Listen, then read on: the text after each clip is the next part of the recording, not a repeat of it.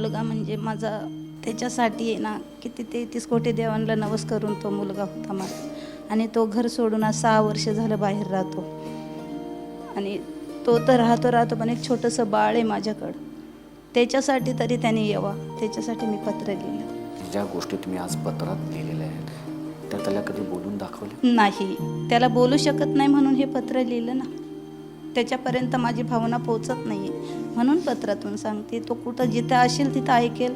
तर त्याला वाटलं कधी बाळाचं आईबापांचं तर तो येणार आमच्याकडं.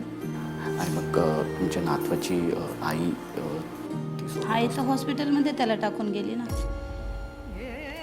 आईने हॉस्पिटलमध्ये सोडला त्याला. म्हणजे त्याचा जेव्हा जन्म झाला तेव्हा मी हॉस्पिटलमधून याला घरी आणलं. मग त्याच्यावर 2 महिन्यांनी त्याचा पप्पा पण गेला. आणि 6 वर्ष झाले आज तुम्ही तुमच्या नातवाला तुम्ही हो, तो इथं येतो नाही का बाळ आता होता. ये बाळा ये. त्याच्या पप्पांना बघू द्या ना कुठं बघत दिसेल. तुझं नाव सांग बाळा. श्रावण प्रतीक सालवे. काय सांगशील तू तुझ्या बाबांना? पप्पा लवकर या, मला तुमची ना लय आठवण येते, मला घ्या.